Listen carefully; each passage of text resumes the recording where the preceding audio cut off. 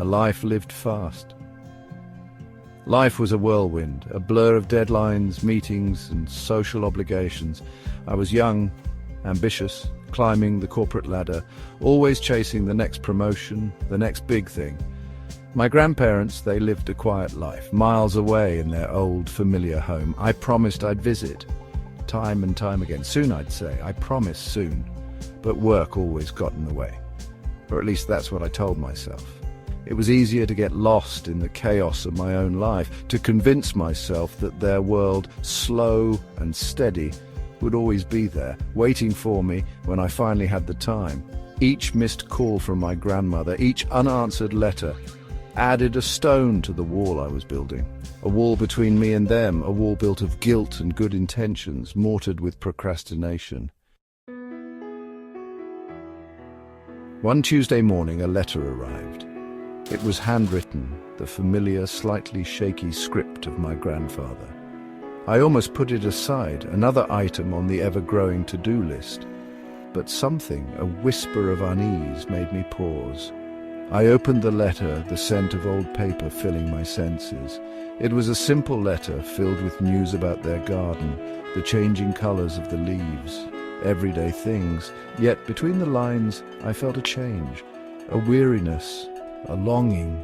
He spoke of time, how precious it was, how quickly it slipped through your fingers.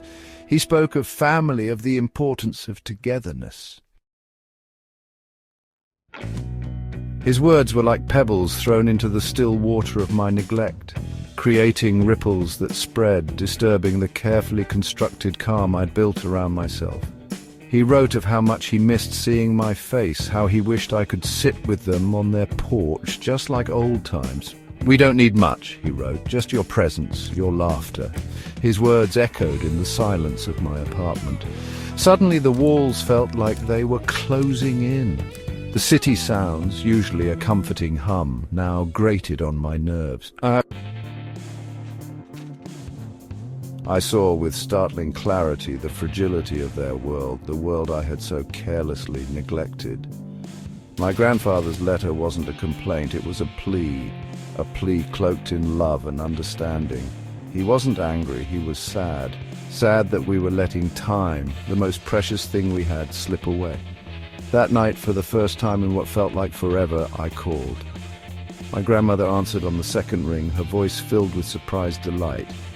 "We were just talking about you," she said, her voice trembling slightly. I told them I was coming to visit this weekend, I promised, my voice firm, a new resolve settling in my heart. "I'm coming to see you both." The drive seemed endless. Every mile felt like a hurdle, every minute wasted. Another grain of sand slipping through my fingers. My mind raced with memories of childhood summers spent at their house.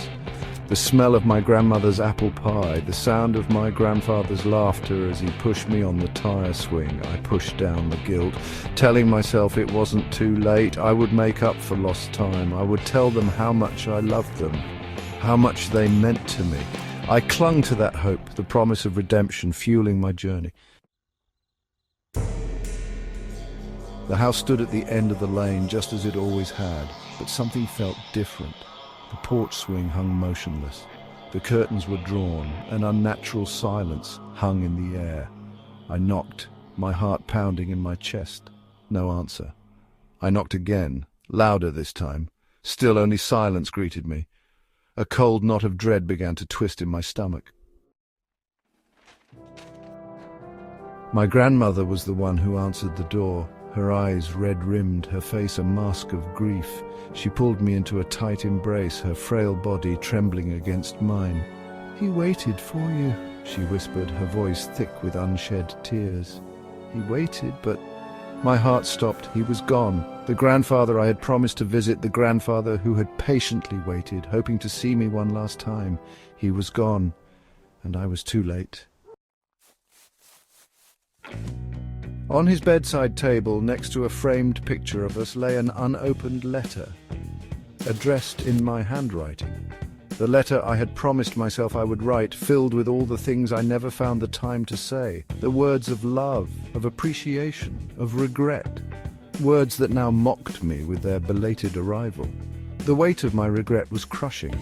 I had let life distract me, let my own ambition blind me to what truly mattered. I had traded precious moments for fleeting successes, and in doing so, I had lost something irreplaceable. We all tell ourselves there's time. Time to mend fences, to express our love, to chase our dreams. But time, like grains of sand, slips through our fingers, leaving us with empty palms and heavy hearts. My grandfather's letter wasn't just a letter, it was a wake-up call, a poignant reminder to cherish the people we love, to make time for what truly matters, because sometimes soon is simply not soon enough. Subscribe to Timeless Truths for more tales